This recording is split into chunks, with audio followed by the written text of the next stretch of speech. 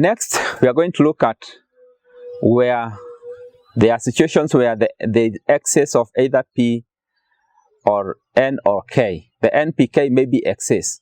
What does it mean for you as a farmer?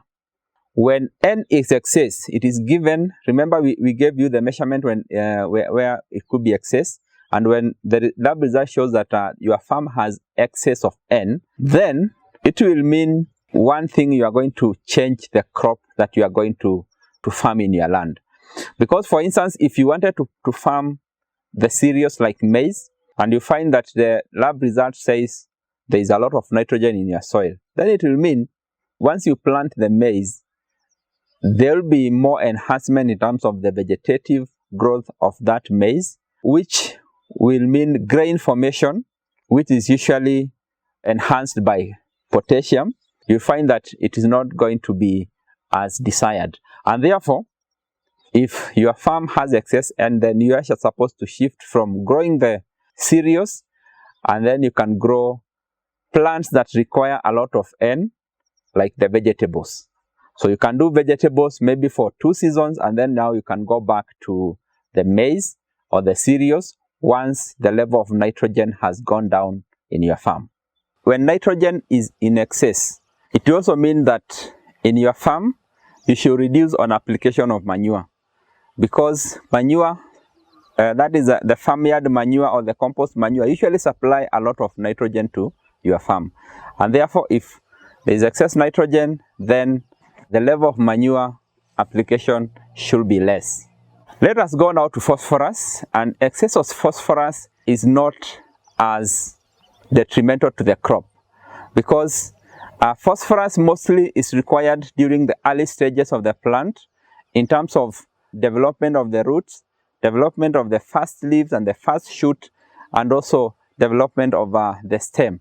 And also later in life of the crop, we are going to find that phosphorus is used for generation of energy. In areas where energy is needed, even in terms of healing any physical injury, you will find that where energy is needed, phosphorus will be used.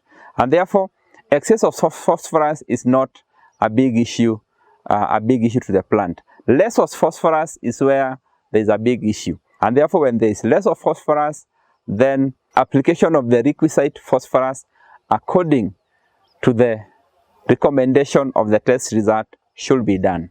Excess of potassium is also not a big issue to the plant, because generally potassium is taken up by the plant, we can call it leisurely, because you find whether when the potassium is in excess, you're going to find that the plant is going to take up more of that. When the potassium is low in the soil, you find that the plant will also take low amount.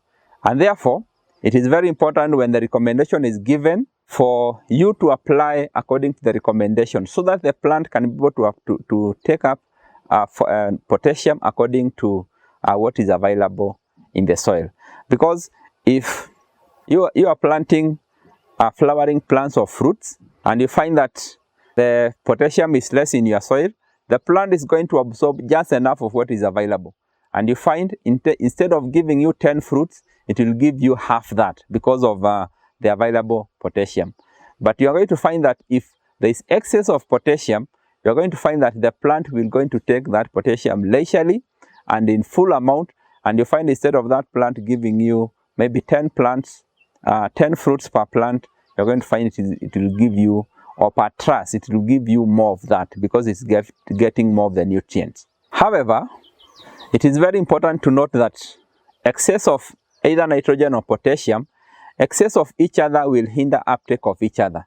This is what we call the nutrient interaction, where you find if there is excess of one, then one will not be taken up in the required way.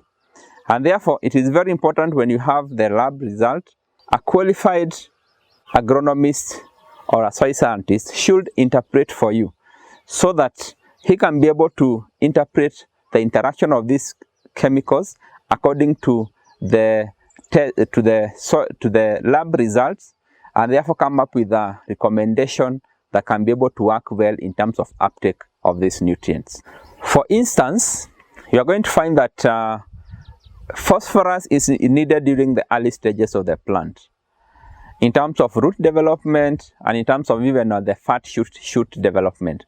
And you find if there is excess, there is less of phosphorus, you are going to find that the roots are not going to develop very well, and therefore the plant will not be able to have good anchorage, and will not be able to take up more nutrients from the ground to be able to take to the leaves, so that the leaves can also develop.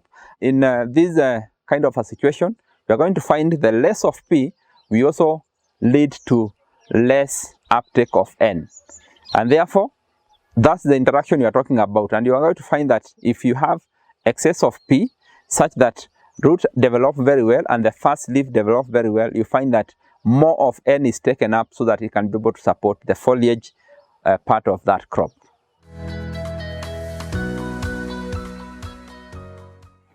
Next, we are going to look at the soil pH. And remember, we mentioned about the pH. This is a factor that is given, or a parameter that is given when the results of the soil testing are given.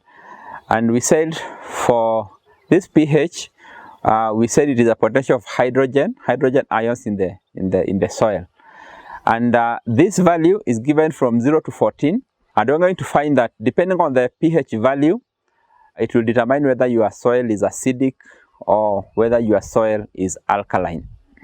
The pH is given in value of 0 to 14, and you're going to find from 0 to 7, that's what we call as the acidic range, and then from 7 to 8 we refer it as a neutral range, and then from 8 to 14, that is the alkaline range. And in these ranges, you're going to find that there is what we term as extreme acidic, and these are range from 4.0 to 4.5. In this range, you're going to find that most nutrients will not be available. And then we have what we refer as the good range, or the optimal range of pH, and this is from 5.5 all the way to around 6.8. And here you're going to find that all the nutrients, including the micronutrients in the soil, will be available. And this is a recommended rate of pH, because during this pH, at this pH range, the plant is going to grow very well because it's going to get all the nutrients that it needs. If your fertilizer is below the pH of 4.2, then it will mean you need to do liming so that the pH can be able to go up to the optimum where availability of nutrient is available. And then when you go to the alkalinity, from a pH of 7 to a pH of 8.5, we are going to find that this is a good range in terms of the alkalinity. And you'll find that if you have good irrigation and you have good manuring, you're going to find that you are going to grow crop in this pH range. But you find if you have a pH range of above 8.5, you're going to find this is extremely alkaline, and therefore most nutrients will not be available at this range. And therefore, correctional measures should be done so that the pH can go down to below 8.5, so that there can be availability of nutrients, and therefore the crop you grow there, you are assured they are going to get all the nutrients that they need, and in so doing, you are going to get the expected production.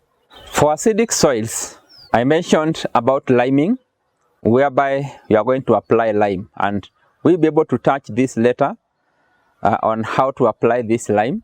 And for alkaline soils, we usually recommend use of acidic fertilizers. One of the acidic fertilizers we have is ammonium sulfate, and you're going to find once you use this, it's going to lower the pH value from being too alkaline to the range that is recommended.